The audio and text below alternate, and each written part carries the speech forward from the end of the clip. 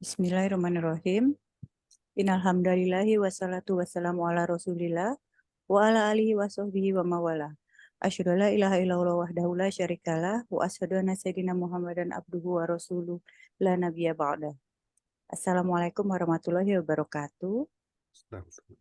Puji dan rasa syukur tiada henti kita panjatkan kehadirat Allah Subhanahu wa taala dan sholawat serta salam kita tujukan kepada junjungan tertinggi kita Nabi Muhammad Shallallahu alaihi wasallam beserta keluarga juga sahabat beliau, di mana di hari yang penuh berkah ini kita dapat kembali berkumpul secara online untuk mengikuti kajian Al-Kalam bersama Bapak Kiai Haji Dr. Ali Nurdin MA untuk mentadaburi surat Al-Baqarah ayat 253, yaitu perbedaan dan persamaan utusan Allah Subhanahu wa taala.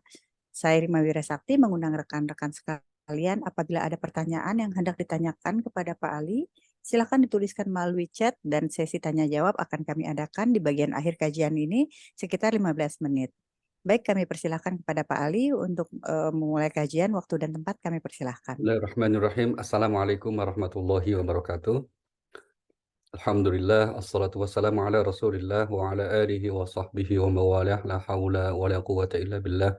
Allahumma faqihna fid din wa alimna ta'wil amma ba'd. Untuk lebih berkahnya kaji kita, mari kita awali dengan bersama membaca basmalah. Bismillahirrahmanirrahim.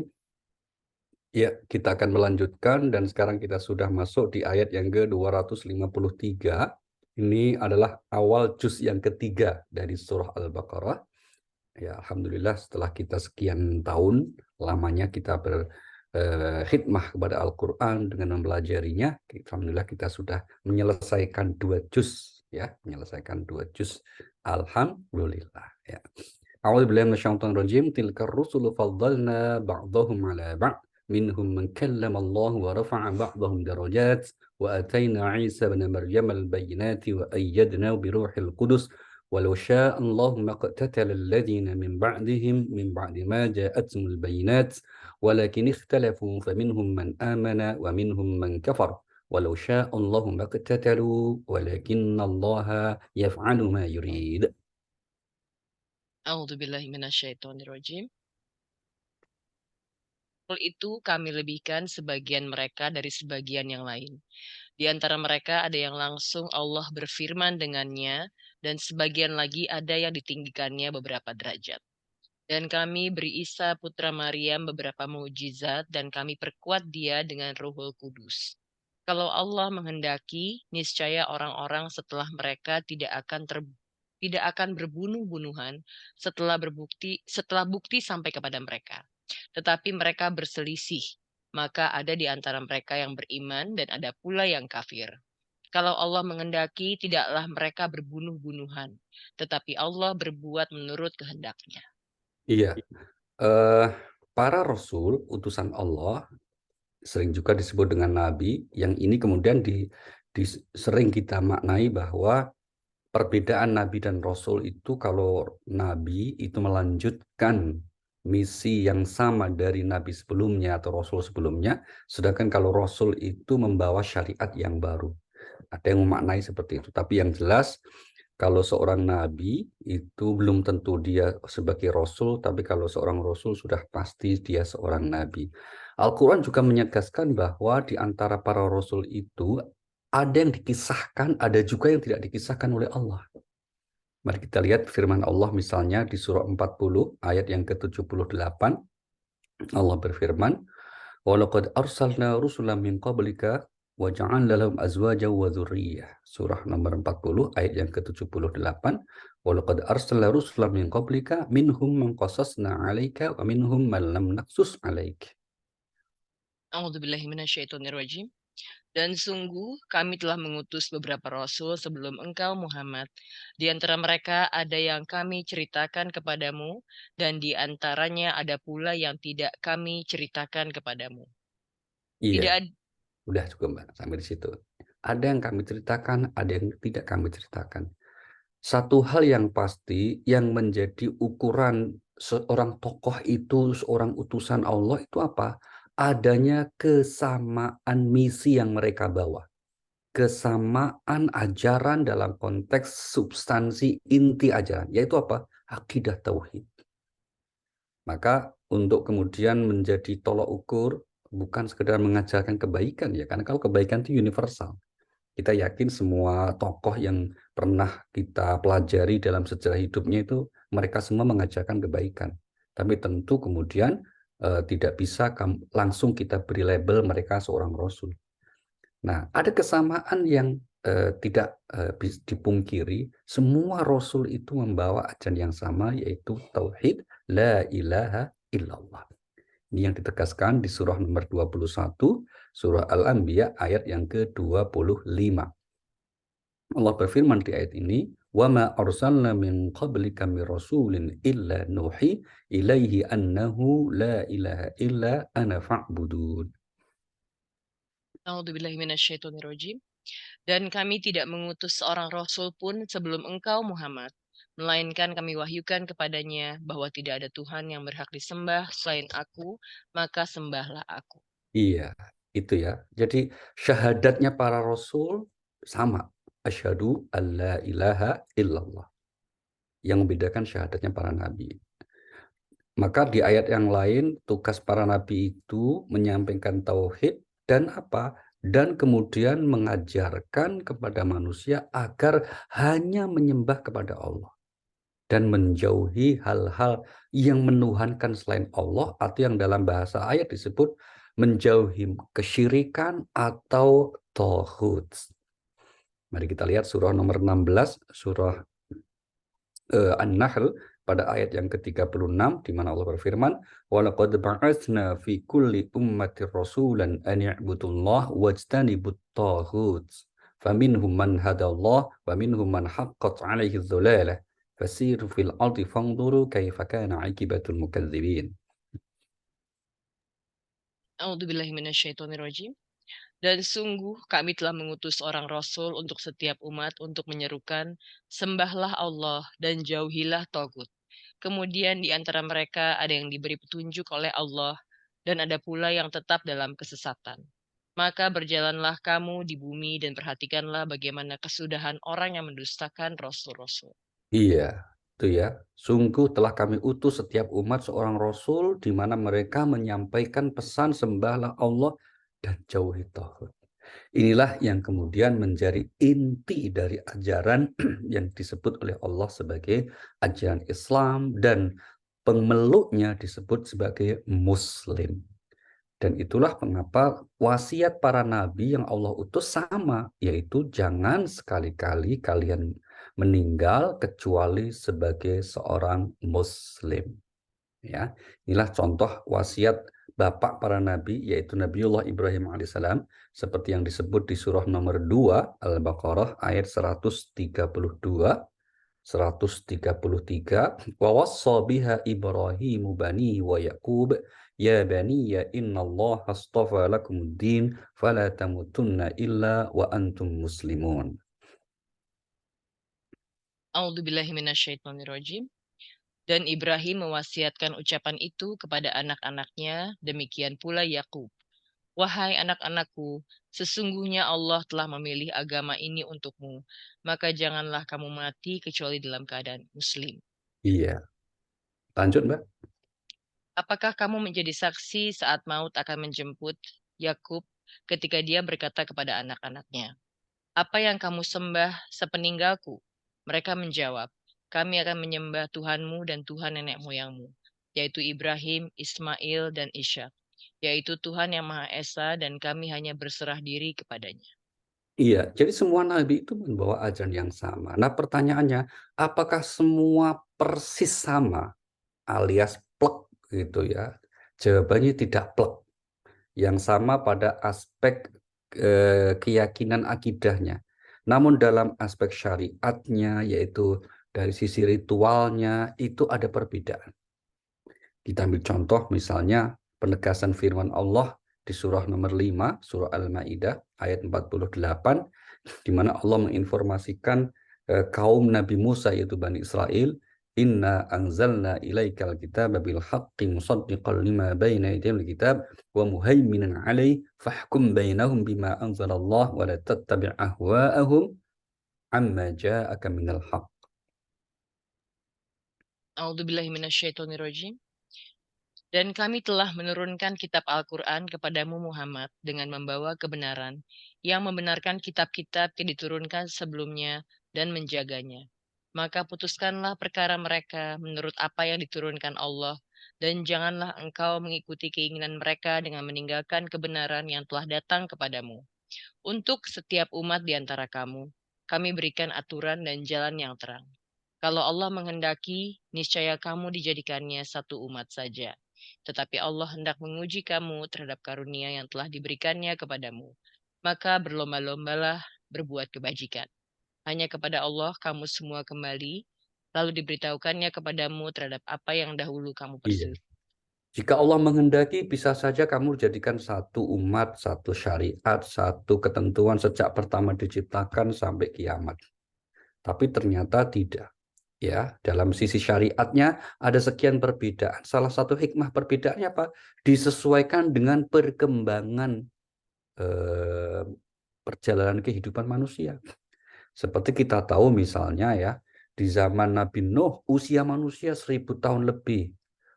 Di zaman Nabi Ibrahim usia manusia ratusan tahun. Beliau itu usianya mencapai 450 tahun.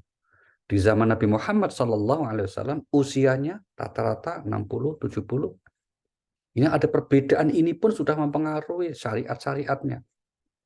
Contoh Bani Israel, kaumnya Nabi Musa, itu kalau berbuat dosa besar, misalnya musyrik, menyembah selain Allah, itu cara tobatnya mereka harus bunuh diri. Baru diterima tobat mereka itu.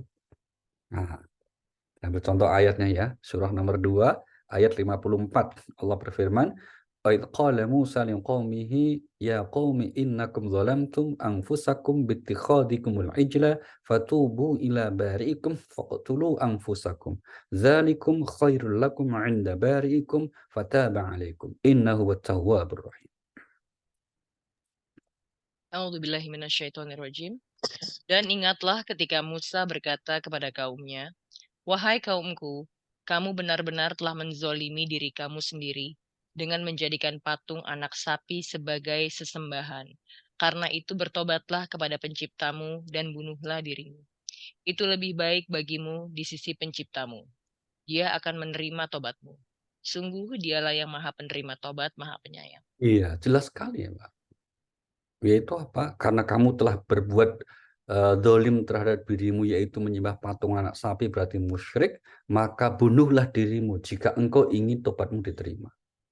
Dan syariat ini tentu tidak berlaku bagi umat Nabi Muhammad SAW, kita semuanya. Maka karena syariat yang begitu lembut ya untuk umat Nabi Muhammad, dalam sebuah riwayat Nabi Musa itu kemudian agak sedikit jealous gitu ya, iri kepada umat Nabi Muhammad ini, sampai berdoa, ya Rob ij'alni min ummati Muhammad, ya Allah jadikan aku umat Nabi Muhammad. Wah, enak banget ya. Kenapa? Kalau umat Nabi Muhammad ini pernah berbuat dosa besar, termasuk syirik ya, itu jalan untuk diampuninya ya gampang, apa? Tobat saja. Nggak harus kemudian bunuh diri.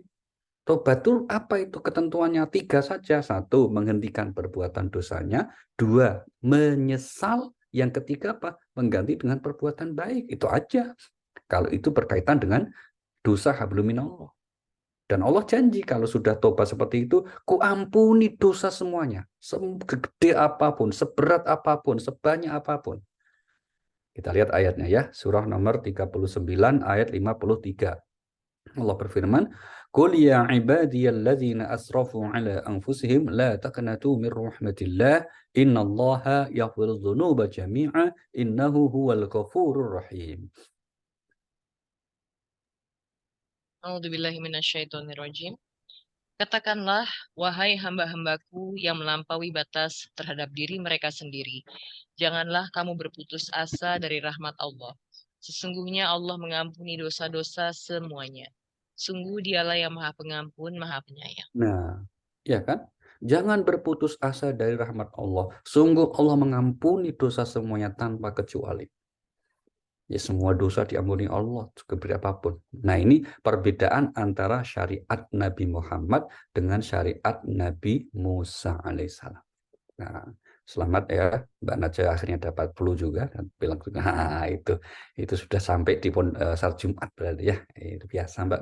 Alhamdulillah saya udah lewat tapi masih ada sisa nih. Enggak apa-apa lah. Ini berarti memang disyukuri aja ya. Cukup hanya apa ya gitulah, penyakit-penyakit ringan biasa aja. Itu berarti apa? Berarti bahwa kita masih manusia. Nah, kita bukan Tuhan itu. Kalau masih pilek-pilek itu masih manusia. Oke. Kita lanjut sekarang. Nah, itu contoh perbedaannya. Bagaimana kalau dosa kecil? Kalau dosa gedenya kan tobatnya bunuh diri. Dosa kecil di zaman Bani Israel, kaumnya Nabi Musa itu, kalau ingin tobatnya diterima, dimaafkan oleh Allah, itu kesalahannya harus ditulis itu. Kesalahannya ditulis, tempel di pintu rumah, baru diampuni kesalahannya. Ya, itulah kenapa kemudian kalau kita ingat misalnya di dekat Aqsa itu ada namanya tembok ratapan ya. Itu tembok ratapan itu orang-orang Yahudi itu meratap di tembok itu nangis-nangis itu kadang-kadang sambil bawa kertas tulisan pengakuan dosanya itu. Nah, begitu. Jadi bagaimana kalau umat kita? Umat kita tidak perlu. Umat Nabi Muhammad tidak usah harus nulis-nulis. Kalau nulis ya repot malah. Boleh jadi nggak dimaafin malah marah orang gitu kan. Umat Nabi Muhammad dosa-dosa kecilnya itu diampuni oleh Allah apa? Di samping ya istighfar, yang terpenting apa? Melakukan kebaikan-kebaikan itu sudah dijanjikan dihapus kesalahan-kesalahan kita. Dosa-dosa kecil kita. Ini Allah firmankan di surah nomor 11, namanya surah Hud, ayat yang ke-114. Aqimis shalah tarafain nahar wa zulafa minal lail, innal hasanati yudhibnas sayyi'at. Dzalika dzikra lizakirin. A'udzubillahi minasyaitonirrajim. Dan laksanakanlah sholat pada kedua ujung siang, pagi, dan petang, dan pada bagian permulaan malam. Perbuatan-perbuatan baik itu menghapus kesalahan. Itulah peringatan bagi orang-orang yang selalu Nah, perbuatan-perbuatan baik menghapus kesalahan-kesalahan. Poinnya itu, ya. Perbuatan baik kita yang kita lakukan, termasuk sore ini, kita Zoom ini selama durasi berlaku kajian ini, malaikat menghapus kesalahan-kesalahan kita semuanya. Yang penting kita niati untuk mengharap ridho Allah, maka begitu. Kan dalam setiap ibadah itu kita sering diingatkan kan untuk niat, luruskan niat. Nah, termasuk sore ini. Maka di antara keutamaan di majelis kajian ini, ibadah-ibadah yang kita kerjakan lainnya juga, itu menghapus kesalahan-kesalahan kita. Nah, ini salah satu kelebihan dari umat Nabi Muhammad SAW. Kita bersyukur, alhamdulillah. Ya kita bersyukur karena Nabi Musa pengen banget jadi umatnya Nabi Muhammad, nggak dikabulin oleh Allah. Ya, kita tanpa minta, tanpa ikhtiar, tanpa berdoa, sudah lahir cenger jadi umatnya Nabi Muhammad. Alhamdulillah, kita syukuri gitu ya. Nah, kemudian di antara Rasul itu kata ayat tadi itu ya, ada yang kami berikan kelebihan di samping yang lain. Di antara contohnya apa? Di ayat ini dikatakan mangkalamallahu. Allah ada yang minhum mangkalamallah. Di antara mereka ada yang diajak bicara oleh Allah. Siapa ini? Nabi Musa alaihissalam. Ya, Nabi Musa oleh Allah memang menjadi salah satu nabi yang diajak bicara langsung meskipun itu hanya suara saja. Mari kita lihat surah nomor 7, surah Al-A'raf ayat 143. Allah berfirman, "Walamma jaa'a Musa limiqatina wa kallamahu rabbuhu qala rabbi arini anzur ilaik." Dan seterusnya. Surahnya nomor 7 Al-A'raf ayat 143 144. A'udzubillahi minasyaitonirrajim. Dan ketika Musa datang untuk munajat pada waktu yang telah kami tentukan, dan Tuhan telah berfirman langsung kepadanya. Musa berkata, "Ya Tuhanku, tampakkanlah dirimu kepadaku agar aku dapat melihat engkau." Allah berfirman, "Engkau tidak akan sanggup melihatku, tapi lihatlah ke gunung itu. Jika ia tetap di tempatnya sebagai sedia kala, niscaya engkau dapat melihatku." Maka ketika Tuhannya menampakkan keagungannya kepada gunung itu hancur luluh dan Musa pun jatuh pingsan. Setelah Musa sadar, dia berkata, "Maha suci engkau, aku bertobat kepada engkau, dan aku adalah orang yang pertama-tama beriman." Iya, oke Mbak, kita ulas dulu sedikit. Jadi ini adalah Ketika Nabi Musa bermunajat, jadi kisahnya ketika beliau selesai selamat ya dari kejaran Fir'aun, ya. Terus kemudian beliau menuju ke Aqsa, itu kemudian dipanggil oleh Allah, atau ada juga yang mengatakan ini episode sebelum Nabi Musa menerima wahyu Taurat, itu bermunajat, intinya bermunajat. Terus Allah berbicara, tapi hanya suara yang terdengar. Nah, Nabi Musa penasaran, Mbok, ya saya dikasih kesempatan tuh Allah ingin lihat wajahmu, ingin melihat langsung engkau. Nah, kira-kira begitulah. Maka kemudian Allah tidak berkenan dengan cara apa? Menunjukkan. Lihat bukit itu, kalau masih tetap di posisinya, kamu bisa lihat. Ternyata apa? Allah bertajalli bukit itu hancur. Artinya apa? Di dunia ini badan kita, penglihatan kita tidak akan sanggup untuk melihat Allah di dunia ini secara langsung. Nah, itu baru dimungkinkan kelak nanti di surganya Allah. Maka salah satu kenikmatan terbesar bagi orang mukmin yang masuk dalam surganya Allah Subhanahu wa taala kelak bertemu dan memandang Allah di surganya. Nah, mudah-mudahan kita semua nanti masuk surga semuanya. Nah, kira begitu. Ya, nanti di kelas mana surganya tidak penting lah. Yang penting insya Allah masuk surga. Karena surga ini kan bertingkat-tingkat ya. Yang jelas kalau untuk umat Nabi Muhammad sudah ada garansinya. Garansinya nanti akan masuk surganya Allah Subhanahu wa taala. Apapun madhabnya, apapun manhajnya, apapun golongannya. Pokoknya min ahli la ilaha illallah dakhulal jannah. Pokoknya miftahul jannah la ilaha illallah. Itu poin yang kita syukuri seperti itu. Dan karena rahmat yang seperti itu hendaknya kita bergembira, berbahagia. Karena itu berarti kita mendapat anugerah yang besar dari Allah Subhanahu wa taala. Itu yang Allah firmankan di surah nomor 10 ya, surah Yunus ayat 58. Allah berfirman, A'udzubillahi minasyaitonirrajim, "Qul bi fadlillahi wa bi rahmatihi fabidzalika falyafrahu huwa khairum mimma yajma'un." A'udzubillahi minasyaitonirrajim. Katakanlah Muhammad, dengan karunia Allah dan rahmatnya, hendaklah dengan itu mereka bergembira. Itu lebih baik daripada apa yang mereka kumpulkan. Nah, itu poin. Nah, pertanyaan selanjutnya, ketika Nabi Musa sangat berharap, memohon kepada Allah agar dijadikan sebagai bagian dari umat Nabi Muhammad. Kenapa? Karena ini umat kok luar biasa banget ya. Umat kok begitu begitu disayang oleh Allah itu. Ya Allah, tolong dong saya jadikan jadi umat Nabi Muhammad saja. Nah, barulah kemudian Allah menjawab kelanjutan tadi di surah Al-A'raf ayat yang ke-144. Qala ya Musa inni istafaituka 'alan nasi bi risalati wa bi kalami fakhudh ma ataituka wa kum minasyakirin. Maaf Pak, sebentar. Iya, Tadi 144 ya Pak ya? ya betul.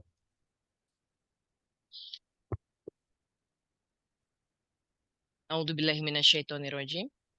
Allah berfirman, "Wahai Musa, sesungguhnya aku memilih melebihkan engkau dari manusia yang lain pada masamu untuk membawa risalahku dan firmanku.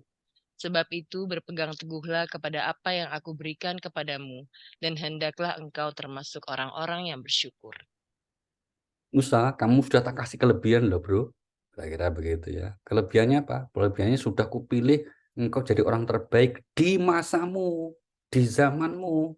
Maka ambil nih kok kasih Taurat dan syukur saja. Nah, gitu ya. Nah, dari ayat ini juga, Bapak Ibu, kita bersyukur sekali kok kita ditakdir lahir ya dari orang tua yang sudah Muslim dan akhirnya kita menjadi Muslim. Ini kan kita nggak ada pilihan. Artinya nggak ada pilihan itu kita nggak lahir itu nggak memilih dari orang tua siapa, bapak ibu siapa. Lahir begitu saja. Ini kita sebut sebagai takdirnya Allah atas hidup kita, ketetapan Allah atas hidup kita, maka disyukuri. Dari aspek itu kita harus bersyukur kepada Allah Subhanahu wa taala, kok kita diberi anugerah oleh Allah dengan karunia yang luar biasa. Maka kita alhamdulillah. Nah, maka kalau Nabi Musa diberi anugerah, ada di antara rasul yang diajak bicara Allah, Nabi Musa. Kemudian ada lagi juga dikatakan apa? Ada juga yang Allah berikan anugerah yang luar biasa juga. Di antaranya siapa? Nabi Isa yang dikuatkan dengan Ruhul Kudus. Pertanyaannya, apa kelebihan Nabi Isa alaihissalam? yang dibandingkan dengan nabi yang lain. Bandingannya dengan nabi yang lain ya bukan dengan Nabi Muhammad SAW. Apa itu? Mari kita lihat contoh beberapa mukjizat yang disebut di Al-Quran. Di surah nomor 5 Al-Ma'idah ayat 110. Ini daftar keistimewaan atau mukjizat Nabi Isa alaihissalam yang Allah berikan kepada beliau. Wa idh qala Isa bin Maryam ya bani Israil, dan seterusnya. A'udzubillahi minasyaitonirrajim. Dan ingatlah ketika Allah berfirman, "Wahai Isa putra Maryam, ingatlah nikmatku kepadamu dan kepada ibumu sewaktu aku menguatkanmu dengan engkau dapat berbicara dengan manusia pada waktu masih dalam buayan dan setelah dewasa. Dan ingatlah ketika aku mengajarkan menulis kepadamu, juga hikmah, Taurat, dan Injil. Dan ingatlah ketika engkau membentuk dari tanah berupa burung dengan seizinku, kemudian engkau meniupnya, lalu menjadi seekor burung yang sebenarnya dengan seizinku. Dan ingatlah ketika engkau menyembuhkan orang yang buta sejak lahir, dan orang yang berpenyakit kusta dengan seizinku.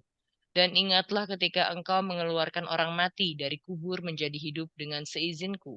Dan ingatlah ketika aku menghalangi Bani Israel dari keinginan mereka membunuhmu dikala engkau mengemukakan kepada mereka keterangan-keterangan yang nyata. Lalu orang-orang kafir di antara mereka berkata, ini tidak lain hanyalah sihir yang nyata.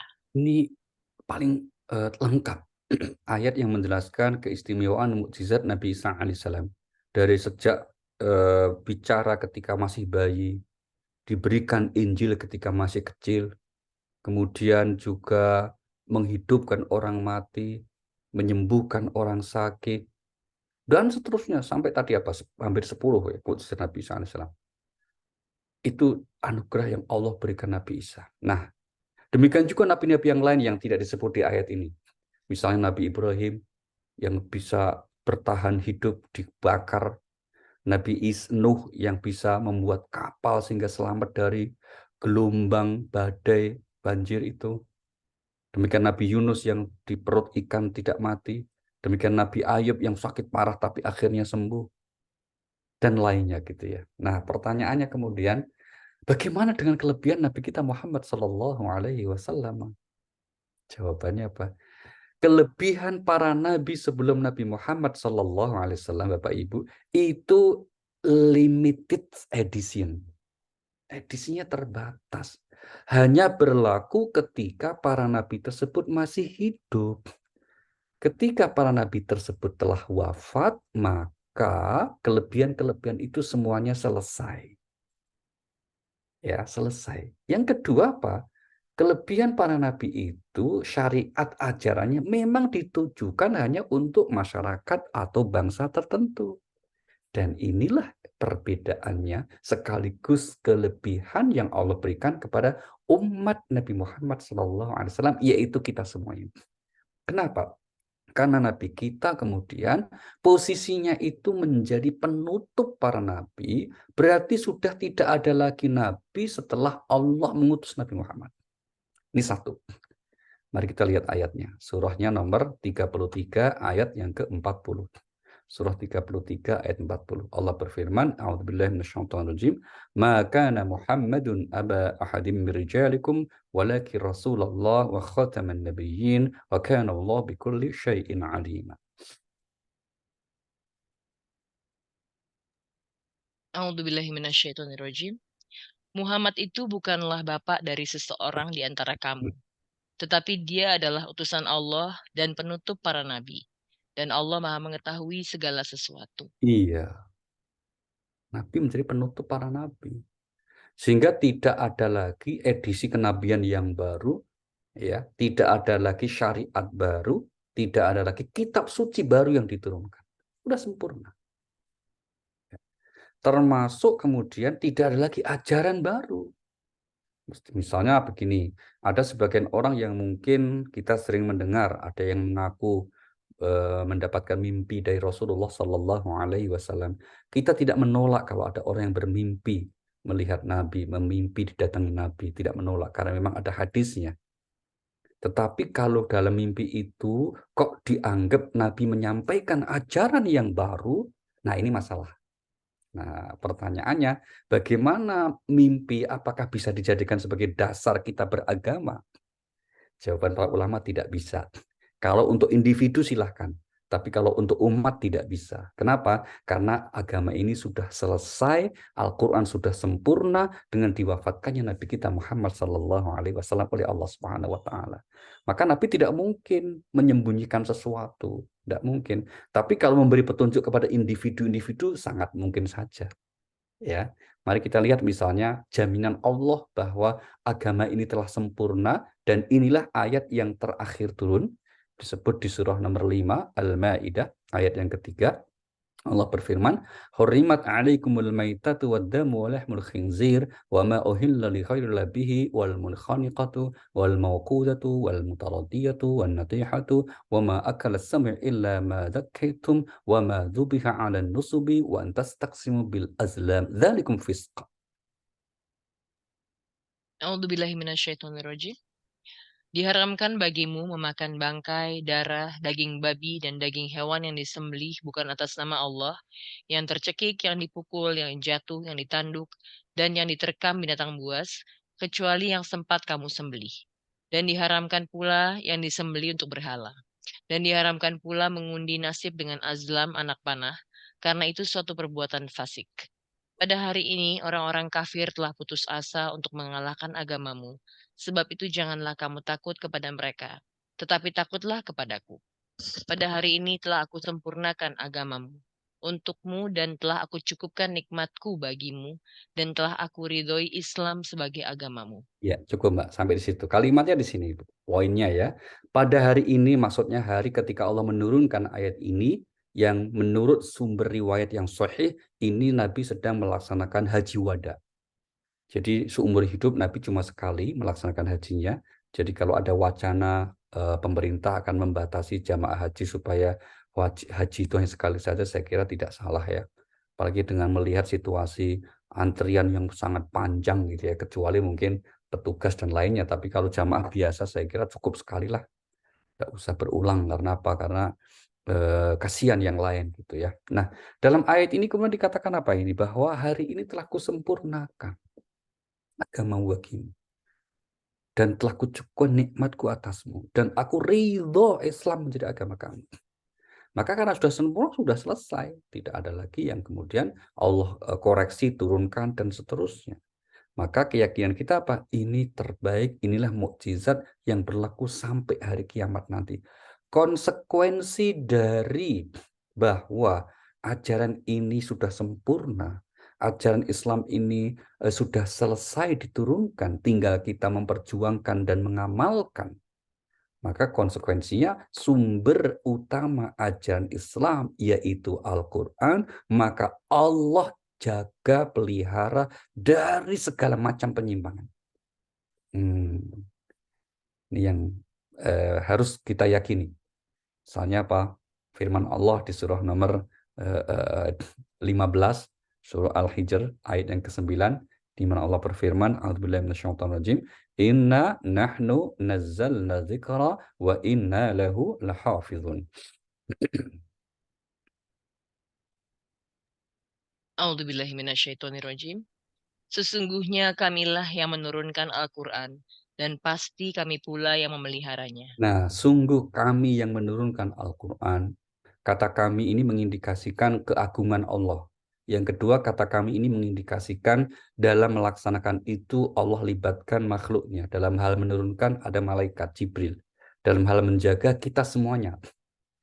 Maka kita semuanya pelajari Al-Quran dalam setiap kesempatan, terutama di majelis Al-Qalam kita ini selalu membaca terjemah, selalu membunyikan ayatnya. Kami baca gitu ya. Itu bagian dari ikhtiar usaha kita untuk apa? Untuk menjaga kalamullah, firman Allah Subhanahu wa taala, yang memang itu oleh Allah pasti dijaga. Maka Al-Qur'anlah satu-satunya kitab suci, tidak akan ada yang namanya penyusupan. Tidak ada yang namanya pemalsuan. Sehingga Al-Quran yang kita maksud dari Al-Fatihah sampai An-Nas 114 surat, sejak zaman Nabi Muhammad sampai hari ini, sampai kiamat, ya sama Bapak Ibu. Nggak beda, nggak berubah ini. Bacaan yang sekarang kita baca Bismillahirrahmanirrahim, ya begitulah Nabi Muhammad dulu baca. Dalam arti secara umumnya begitu, bahwa fasihnya beda pasti, gitu ya, kekhusyuan yang baca beda pasti. Tapi Al-Quran dengan bacaan seperti itu, dengan makhrajul huruf, dengan tajwid, ketentuan seperti itu sama sampai hari kiamat nanti. Kenapa? Karena itu jaminan dari Allah Subhanahu wa Ta'ala. Kenapa sudah sempurna? Namun demikian bukan berarti terjemah dan tafsirnya sama semua. Enggak. Kalau terjemah dan tafsir itu bukan dari Allah, itu dari manusia. Maka bisa beda. Ya, harus dibedakan ya antara ayat Al-Quran dengan terjemah dan tafsir Al-Quran. Beda. Kalau ayat Al-Quran, firman Allah, itu pasti benar. Tapi kalau terjemah dan tafsir, itu pikiran manusia. Bisa benar, bisa enggak. Bisa beda satu sama lain. Sama, Islam perfect. Islam itu ajarannya sempurna. Tapi kita ini orang Muslim. Maka kita ini enggak sempurna, karena kita manusia. Maka jangan menganggap kita sempurna paling mengikuti ajaran Islam. Nggak boleh. Kenapa? Kita tetap manusia. Manusia itu tempatnya salah. Nah, sehingga kemudian tetap bersikap rendah hati. Ajaran Islam sempurna, tapi kita tidak sempurna. Karena kita manusia. Al-Quran sempurna, tapi terjemah dan tafsir tidak akan pernah sempurna. Maka itu dibutuhkan terus usaha mempelajari, usaha menafsirkan yang sesuai dengan perkembangan zaman. Oke. Mari kita lihat lagi bagaimana bentuk pengakuan atau lebih tepatnya penegasan Allah bahwa umat ini umat terbaik. Umat Islam, umat Nabi Muhammad, nabinya nabi terbaik, umatnya umat terbaik. Kita lihat di surah nomor 3 Ali Imran ayat 110. Di mana Allah berfirman, A'udzubillahi minasyaitonir rajim, kuntum khaira ummatin ukhrijat linnas ta'muruna bil ma'ruf wa tanhauna 'anil munkar wa tu'minuna billah. A'udzubillahi minasyaitonirrajim. Kamu umat Islam adalah umat terbaik yang dilahirkan untuk manusia, karena kamu menyuruh berbuat yang ma'ruf dan mencegah dari yang munkar, dan beriman kepada Allah. Sekiranya ahli kitab beriman, tentulah itu lebih baik bagi mereka. Di antara mereka ada yang beriman, tapi kebanyakan mereka adalah orang-orang yang fasik. Iya, jadi kamu umat terbaik, wahai umat Islam yang dilahirkan ke dunia ini. Maka sekali lagi Bapak Ibu, kita menjadi umat terbaik atas anugerah dari Allah Subhanahu wa Ta'ala. Sudah sewajarnya kita bersyukur kepada Allah Subhanahu wa Ta'ala. Dan perbedaan yang paling menonjol lainnya adalah bahwa kalau para nabi sebelumnya diutus hanya untuk komunitas, kaum, bangsa tertentu, Nabi kita Muhammad SAW diutus untuk seluruh manusia. Ya, sampai akhir zaman nanti. Mari kita lihat firman Allah di surah nomor 34, surah Saba ayat 28, di mana Allah berfirman, A'udzubillahi minasyaitonir rajim, wa ma arsalnaka illa kafatan linnasi basyira wa nadhira, walakinna aktsaran nasi la ya'lamun. A'udzubillahi minasyaitonirrajim. Dan kami tidak mengutus engkau Muhammad, melainkan kepada semua umat manusia sebagai pembawa berita gembira dan sebagai pemberi peringatan. Tetapi kebanyakan manusia tidak mengetahui. Iya. Itu penegasan Allah bahwa Nabi Muhammad diutus untuk seluruh manusia tanpa kecuali. Meskipun beliau berlatar belakang bangsa Arab, menggunakan bahasa Arab, kitab sucinya berbahasa Arab, tapi Islam, Al-Quran, hadis tidak hanya ditujukan untuk masyarakat Arab, tapi untuk seluruh manusia. Baik. Yang bagian akhir, Bapak Ibu, ini bagian akhir dari firman Allah, ya. Di ayat 253 ini Allah berfirman, "Walau sya'allahu maqtatala allazina min ba'dihim min ba'di ma ja'atumul bayyinat, walakin ikhtalafu faminhum man amana wa minkum man kafar." Ya. Sekiranya atau seandainya, lau di sini maknanya pengandaian tapi tidak nyata kemudian. Mungkin pernah sering kita sampaikan ya, di dalam Al-Qur'an itu ada kaidah yang mengatakan begini. Kalau ada ayat yang mengatakan jikalau, seandainya, apabila, itu pakai kata idza, itu pasti terjadi. Maka ayat tentang kiamat semuanya dimulai dengan kata idza. Idza zilzilatil ardu zilzalaha. Idza waqa'atil waqi'ah. Itu ya. Tapi jikalau seandainya itu pakai kata in, itu bisa terjadi, bisa tidak. Nah, tapi kalau seandainya itu pakai kata lau, seperti ayat ini ya, walau sya Allah, seandainya Allah menghendaki, bisa saja antar manusia setelah diutusnya para nabi itu, mereka tidak saling berbunuhan, tidak saling berperang. Nah, tapi kemudian pasti ada hikmahnya ketika Allah mengizinkan itu terjadi. Ketika Allah mengizinkan terjadi perbedaan di antara umat manusia tentang akidah, keyakinan agamanya, maka ada yang kemudian beriman, ada yang kemudian tidak beriman. Itu sesuatu yang diizinkan Allah, tetapi ingat, bukan berarti diridhoi oleh Allah. Yang diridhoi tentu yang beriman, yang kemudian mengikuti petunjuk Allah Subhanahu wa taala. Maka di ayat yang lain juga kemudian di Allah dikatakan apa? Kalau Allah ingin menjadikan semua manusia beriman, ya bisa, tidak masalah. Ya, itu bukan suatu hal yang sulit bagi Allah, ya tinggal kun fayakun, atau inna dzalika 'ala Allah yasir, yang demikian itu mudah bagi Allah. Ya Allah, mari kita lihat pengandian lain ya di surah nomor 10, surah Yunus ayatnya yang ke-99. Allah berfirman, walau syaa rabbuka la amana man fil ardi kulluhum jami'a afa anta tukrihun nas hatta yakunu mu'minin. A'udzubillahi minasyaitonirrajim. Dan jika Tuhanmu menghendaki, tentulah beriman semua orang di bumi seluruhnya.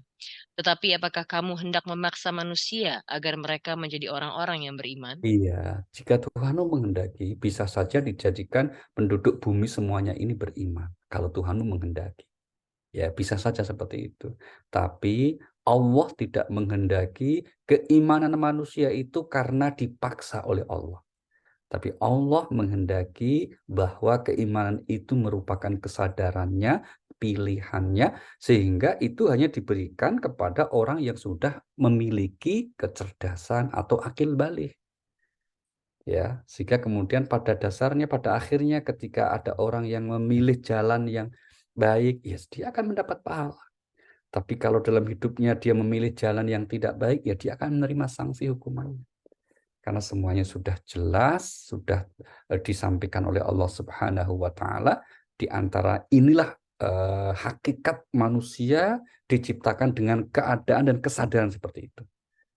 Ini yang membedakan yang paling utama antara manusia dengan malaikat.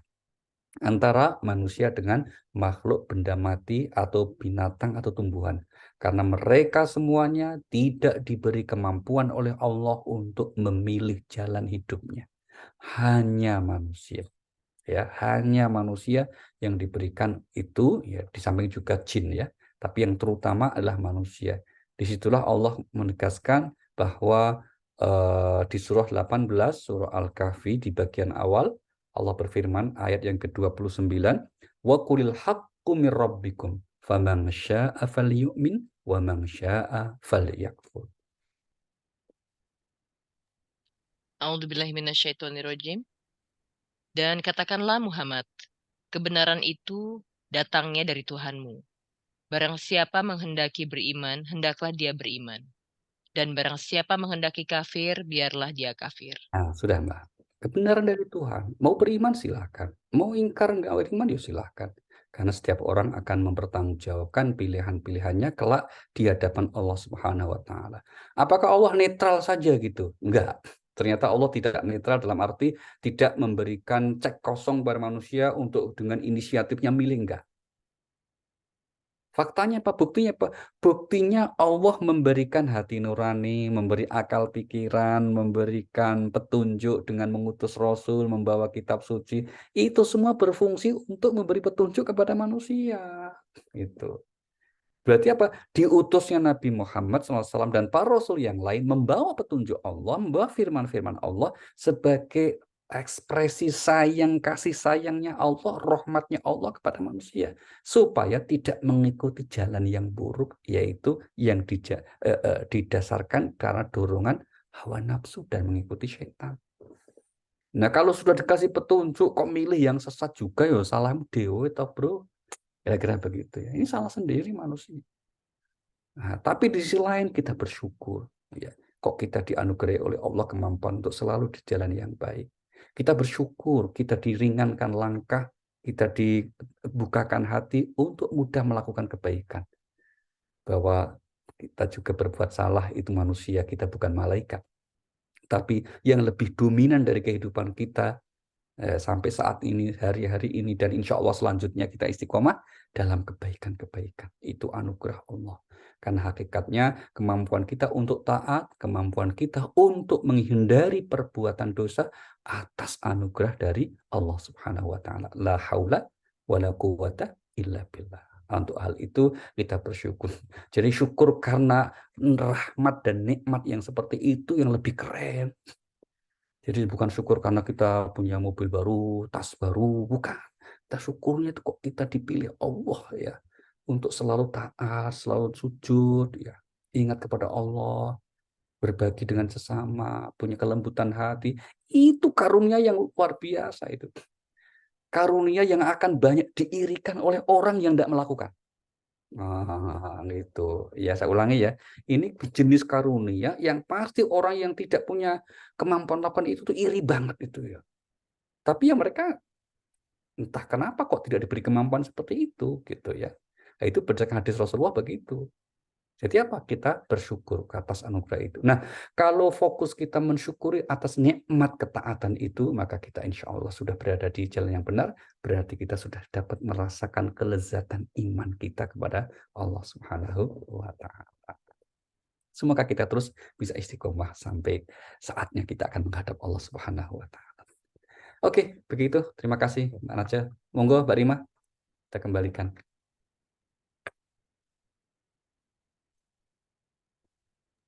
Ya, terima kasih Pak Ali atas penjelasannya. Untuk Bapak-Bapak dan Ibu-Ibu yang ingin bertanya, silakan dituliskan di chat, nanti insya Allah akan saya bacakan kepada Pak Ali.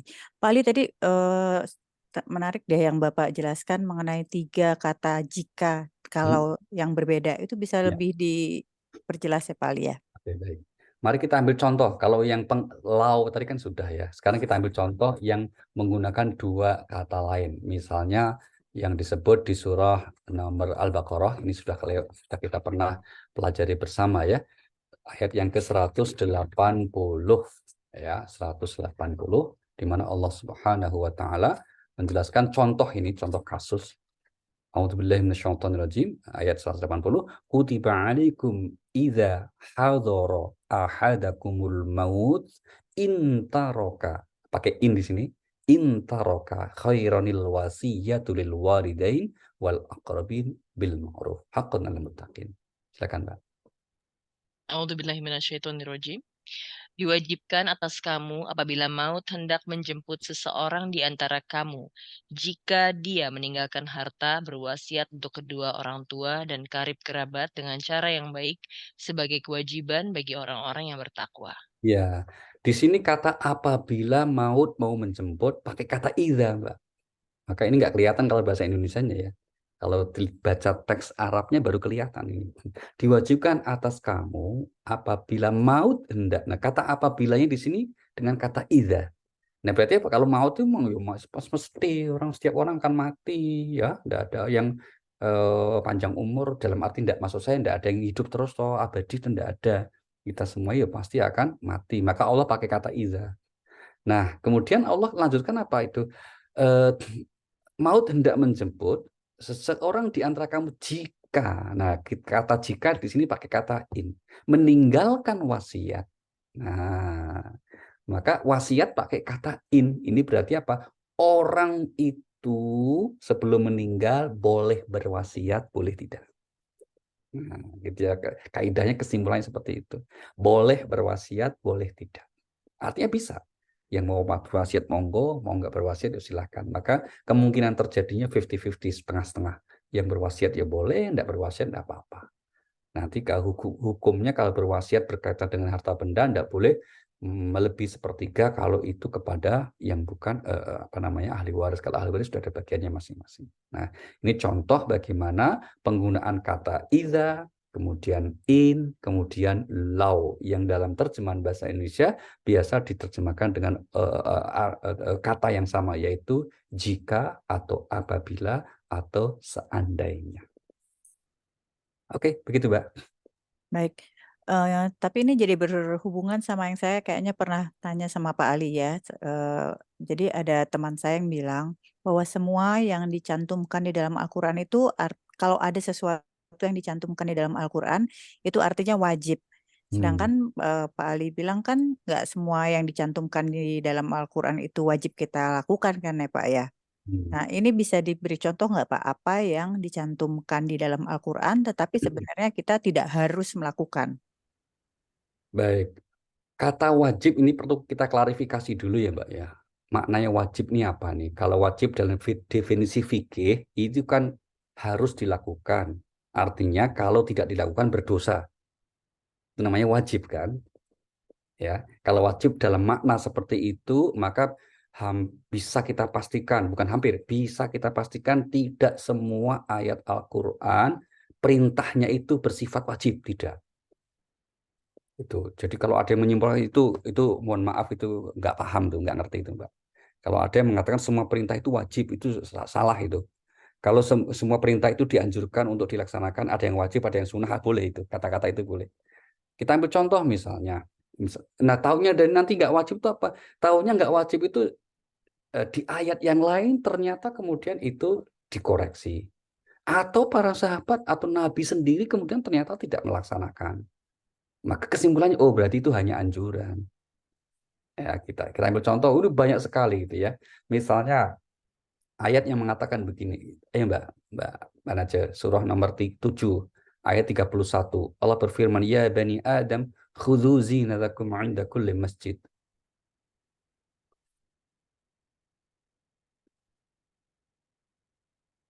Ya, silakan Mbak. Ya.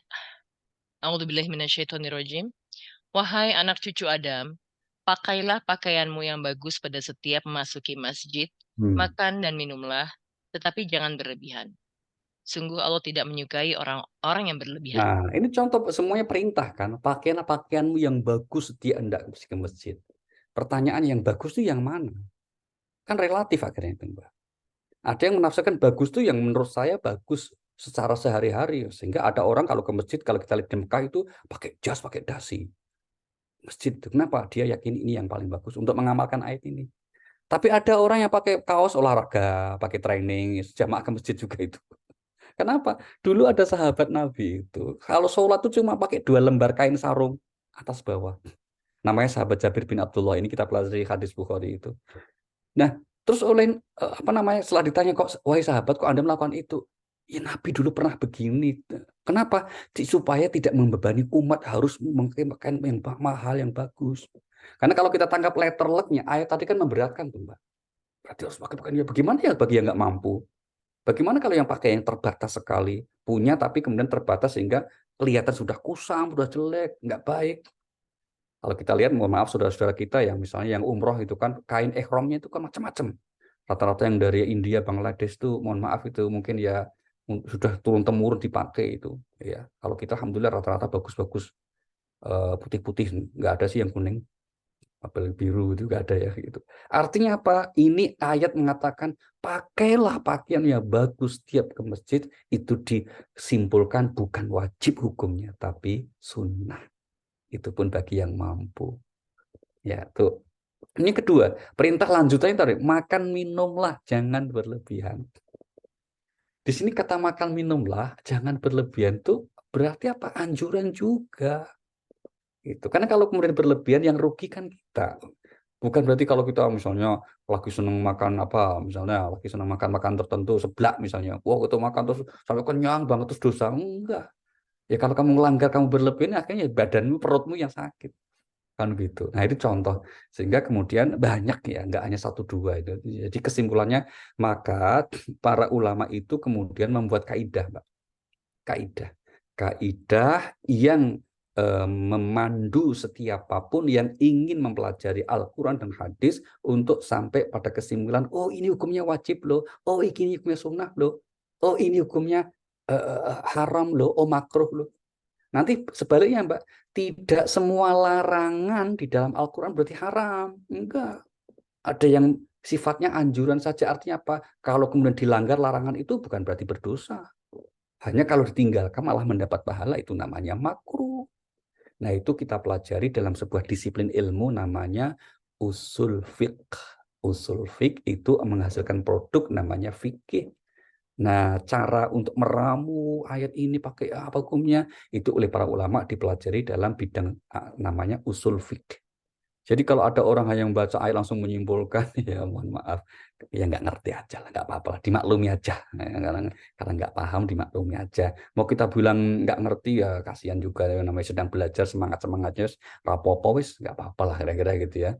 Tapi seharusnya orang berendah hati ya, bahwa dalam bidang apapun itu kan ada ahlinya, ya berendah hati lah. Kalau kita dokter nggak mau sembarangan datang loh. Kita meskipun bisa baca resep kan nggak mungkin kita baca resep. Oh kalau sakit flu, pilek, ini. Ya insya Allah kalau umumnya. Tapi kalau kemudian sudah lama pasti akan ada pemeriksaan dokter kalau perlu ke lab. Nah itu butuh yang kompetensi. Itu perintah Al-Quran. Fas'alu ahla zikri in kuntum la ta'lamun. Bertanya kepada yang kompeten jika kamu tidak mengetahui. Oke. Baik, terima kasih Pak Ali. Berikutnya ada pertanyaan dari Ibu Desi. Apabila kita terus-menerus mengingatkan orang yang kita sayangi untuk sholat dan beribadah, apakah itu terkesan memaksakan iman seperti di surat 10 ayat 99? Oke, terima kasih Bu Desi. Enggak Bu, itu justru kesabaran kita. Surat 10 itu berkaitan dengan akidah ya Bu, bukan berkaitan dengan orang yang sudah berislam terus bagaimana supaya menjalankan agamanya, bukan. Ya, itu berkaitan dengan kalau yang surah 10:99 itu akidah. Allah tidak memaksa orang untuk masuk Islam, maksudnya begitu. Kalau Allah mau menjadikan orang semua Islam bisa. Tapi kalau orang itu sudah berislam, ya tentu apalagi kalau anak kita, keluarga kita nasihat terus. Jangan bosan nasihatinya dan doakan juga terus. Tentu nasihatnya dengan bagus ya, dengan lemah lembut, dengan cara yang baik. Nggak usah kasar, nggak usah keras, apalagi ngancam-ngancam. Kamu nggak sholat neraka kamu, nggak usah begitu. Ya, yang baik-baik saja. Sambil terus didoakan. Itu poinnya. Oke, terima kasih Mbak. Aduh, jadi keturunan batuknya ini. Berikutnya ada dari Pak Ismail Akbar Ada di nih. kamera lagi. Nular dari kamera ternyata. Iya. Dari Pak Ismail Akbar Pak Ali. Berkaitan dengan pertanyaan Bu Rima, apakah berarti ayat-ayat yang mutasyabihat tidak perlu dikutak-atik sesuai ayat Al-Quran perihal hal tersebut? Namun bagaimana hampir semua para sufi atau tasawuf mencoba mencari hakikat ayat-ayat tersebut?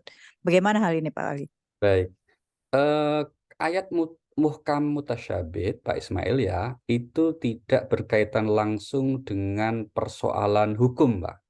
Yaitu tentang perintah wajib atau sunnah. Tidak. Tapi itu berkaitan dengan pemaknaan. Pemaknaan yang tidak berkaitan. Kita ambil contoh misalnya, contoh ayat mutasyabihat itu apa sih? Ayat yang kita nggak paham. Contohnya Al-Baqarah dimulai dengan alif, lam, mim. Apa sih itu artinya itu? Sampai hari ini sudah 15 abad loh Al-Quran turun itu. Tidak ada yang bisa mengartikan itu. Maka sampai hari ini ya tetap Allah a'lam bimuradi. Hanya Allah yang tahu persis apa maksud ayat itu. Demikian juga ketika Allah berfirman, Allah tsummastawa 'alal arsy, bersemayam di atas arsy. Arsy-nya Allah itu di mana, kayak apa bentuknya, kok Allah bersemayam. Nah itu contoh ayat mutasyabih. Otak manusia, pikiran manusia nggak akan menjangkau itu. Maka disebut mutasyabihat. Itu ya Pak ya. Nah itu hal-hal yang berkaitan samar. Maka mutasyabih itu namanya samar Pak. Yang samar untuk bisa kita pahami dengan akal kita. Nah, demikian juga kalau ayat muhkamat itu kita paham langsung. Bismillahirrahmanirrahim. Alhamdulillahirrahmanirrahim. Itu muhkamat itu ya. Kita sudah langsung paham dengan memahami terjemahnya. Nah, sementara para tasawuf, para sufi, iya, ini sebagian kecil saja ya. Karena kehidupan sufi yang benar itu kehidupan sufi yang didasarkan pada asas Al-Quran dan hadis yang sahih. Itu. Jadi kalau ada kehidupan sufi yang sepertinya menafsirkan ayat Al-Quran dan hadis yang melenceng dalam arti jauh, ukurannya apa sih Pak? Satu, ukurannya itu tafsir itu disebut melenceng itu apa sih? Kalau menabrak kaidah kebahasaan. Ya, bahasanya sudah jelas artinya ini A kok diartikan C. Nah, nabrak namanya itu. Ya, kemudian contoh misalnya kalau makna bahasanya ayat itu kan ada berdekat-dekatan gitu ya, tapi diartikan jauh banget dipaksa. Sambil contoh gini, ada ayat Al-Baqarah sudah kita lewati itu kan ayat perintah untuk orang Bani Israel supaya nemu siapa pembunuhnya agar menyembelih sapi. Tapi ada orang sufi yang menafsirkan yang disembelih bukan sapi, tapi hawa nafsu. Kan jauh banget itu. Meskipun itu nggak salah, tapi itu jauh banget itu. Kemudian yang kedua, tidak nabrak prinsip-prinsip syariat. Ya, dan kemudian yang ketiga, yang terpenting juga kemudian bahwa penafsiran tersebut kemudian tidak dipandang sebagai satu-satunya penafsiran yang benar. Nah, kalau tiga itu bisa kita terpenuhi, maka insya Allah meskipun dilakukan siapapun, termasuk para sufi, maka bisa kita terima. Tapi kalau sudah nabrak tiga kaidah tadi, berarti diabaikan saja. Nah, kira-kira begitu. Makasih Pak Ismail. Tadi balik ke yang tadi nih Pak, agak menarik juga nih yang mengenai bagaimana bila kita terus-menerus mengingatkan orang yang kita sayangi untuk sholat dan beribadah. Mengingatkan itu kan caranya gimana ya Pak? Karena kan kemarin ada kasus tuh yang di daerah mana yang ada guru yang menegur karena siswi-siswinya tidak pakai dalaman kerudung, terus rambutnya dibotakin gitu. Terus kan ada yang bilang bahwa itu barangkali sudah diingatkan bolak-balik tapi tidak dilakukan sehingga dilakukan pengundulan itu. Apakah itu masuk kategori mengingatkan sebagaimana dimaksudkan di dalam Al-Qur'an dan hadis? Kita lihat surah nomor 2, surah nomor 16 ayat 125. Ini cara mengingatkan, cara mengajak. Ud'u ila sabili rabbika bil hikmah wal mau'izatil hasanah wajadilhum billati hiya ahsan.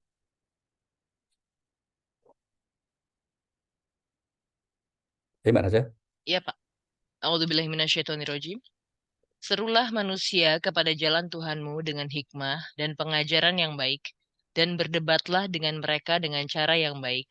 Sesungguhnya Tuhanmu dialah yang lebih mengetahui siapa yang sesat dari jalannya, dan dialah yang lebih mengetahui siapa yang mendapat petunjuk. 3 caranya. Yang pertama dengan sikap bijak, yang kedua dengan ucapan yang baik, yang ketiga kalau adu argumen tanya kenapa kok begitu. Adu argumentasi. Setelah 3 itu stop, selesai. Nggak boleh emosi ngambil gunting untuk botakin, nggak boleh. Apalagi ini anak SMP tuh. Anak SMP kan sedang tumbuh berkembang, pasti dia punya alas kenapa melakukan itu. Katakanlah sudah berulang-ulang diingatkan, kan nggak mungkin ada aturan yang kemudian menggunduli, nggak ada itu.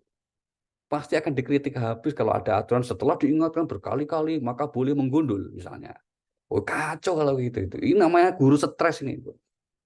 Ya kita ya objektif saja lah, tidak, guru itu bukan berarti malaikat ya. Banyak kita kan punya kasus di mana para guru itu tidak siap jadi guru ternyata. Dia tidak menjadi seperti yang disebutkan gugu dalam tradisi Jawa, guru itu bisa digugu dan ditiru, tidak selalu. Tapi tetap ada namanya oknum-oknum, ada orang-orang yang kemudian gagal menjalankan fungsi perannya sebagai seorang guru. Nah ini kita sayangkan saja, ya kita sayangkan saja hal seperti itu. Maka ini berarti pembelajaran kita semuanya. Kalau kemudian mohon maaf kalau guru melakukan seperti itu kok dibenarkan ya, dibenarkan itu. Ya ngapain kita pendidikan segala, nggak usah pendidikan. Kalau salah langsung bisa ditampar, langsung bisa digundul. Itu kan nggak perlu ilmu kan, nggak perlu ilmu pendekatan bagaimana mempelajari tumbuh kembang anak. Padahal kalau kita sekolah guru, psikologi perkembangan anak kan tahu kan, masa anak-anak bagaimana seperti ini, pendekatan seperti ini. Lah itu semua dipelajari dalam pedagogi itu ilmu pendidikan. Kalau kemudian itu semua diterabas, loh ngapain kalian bikin ke sekolah mahal-mahal, sekolah pendidikan guru? Kalau salah boleh dipukul, salah boleh diancam begitu. Ya nggak perlu kan? Artinya apa? Ini jangan membenarkan kesalahan. Bagaimanapun, kalau kita ya fair-fair saja memakluminya saja. Maklum dalam pengertian begini, oh iya ternyata di kalangan guru masih ada dulu mungkin karena, dan ini kan semua profesi ya Mbak, enggak hanya guru toh. Di polisi ada, di tentara ya ada, di ustadz juga ada gitu. Jangan terus kemudian kalau ustadz itu semua benar baik, enggak juga, sama aja gitu. Ada oknumnya, ada yang kemudian memang melakukan hal-hal yang tidak seharusnya dilakukan oleh orang itu dan seterusnya, sehingga kita lebih objektif menerima. Yang jelas yang seperti itu jangan ditiru, jangan dilanjutkan, dan jangan dibenarkan. Itu poinnya Mbak. Oke. Setuju Pak. Jadi secara proporsional saja ya Pak ya semuanya. Betul sekali. Baik, berikutnya dari Pak Raizal Munir. Pak Ali tadi bilang bahwa untuk bertanyalah pada kompeten ada di dalam Al-Qur'an. Di surat apa ya Pak ya? Oke, surah 16 ayat 43 Bang Rizal. Surah 16 ayat 43. A'udzubillahi minasyaitonir rajim. Wa ma arsalna min qablika mir rijalin illa nuhi fas'alu ahla dzikri in kuntum la ta'lamun. A'udzubillahi minasyaitonirrajim. Dan kami tidak mengutus sebelum engkau Muhammad, melainkan orang laki-laki yang kami beri wahyu kepada mereka, maka bertanyalah kepada orang yang mempunyai pengetahuan jika kamu tidak mengetahui. Frase yang terakhir. Maka bertanyalah kepada orang yang berpengetahuan jika kamu tidak mengetahui. Makasih Bang Reza. Baik, terima kasih Pak Ali. Tadi adalah pertanyaan terakhir, barangkali bisa ditutup dengan doa. Terima kasih Bapak Ibu sekalian. Mari kita hadirkan niat tulus kita semuanya. Mungkin ada anggota keluarga, kerabat yang sedang sakit. Semoga Allah beri kesembuhan. Yang sedang punya kesulitan-kesulitan hidup, kerumitan-kerumitan masalah. Semoga Allah beri solusi jalan keluar yang baik. Yang punya hajat yang baik Allah kabulkan. Al-Fatihah. A'udzubillahi minasyaitonirrajim. Bismillahirrahmanirrahim. Alhamdulillahirabbil alamin. Arrahmanirrahim. Maliki yaumiddin. Iyyaka na'budu wa iyyaka nasta'in. Ihdinas siratal mustaqim. Siratal ladzina an'amta 'alaihim ghairil maghdubi 'alaihim waladdallin. Amin. Amin ya rabbal alamin. Terima kasih dan mohon maaf. Silakan ditutup Mbak Rima. Wassalamualaikum warahmatullahi wabarakatuh. Waalaikumsalam warahmatullahi wabarakatuh. Subhanakallahumma wa bihamdika asyhadu alla ilaha illa anta astaghfiruka wa atubu ilaik. Terima kasih banyak Pak Ali atas ilmu yang tentunya sangat bermanfaat untuk kami. Kajian yang akan datang insya Allah akan kami selenggarakan pada hari Rabu 13 September 2023 masih mentadaburi surat Al-Baqarah ayat berikutnya. Terima kasih banyak atas perhatian dan waktunya Bapak Ibu sekalian. Mohon maaf apabila ada kekurangan.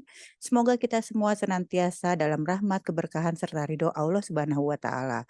Kami tidak lupa mengundang Bapak Ibu sekalian untuk memfollow Instagram Pak Ali melalui Instagram Ali Nurdin NQ serta YouTube channel Pak Ali. Saya Rima Wirasakti dan para Sariti Tilawah mewakili Majelis Taklim Al-Qalam undur diri.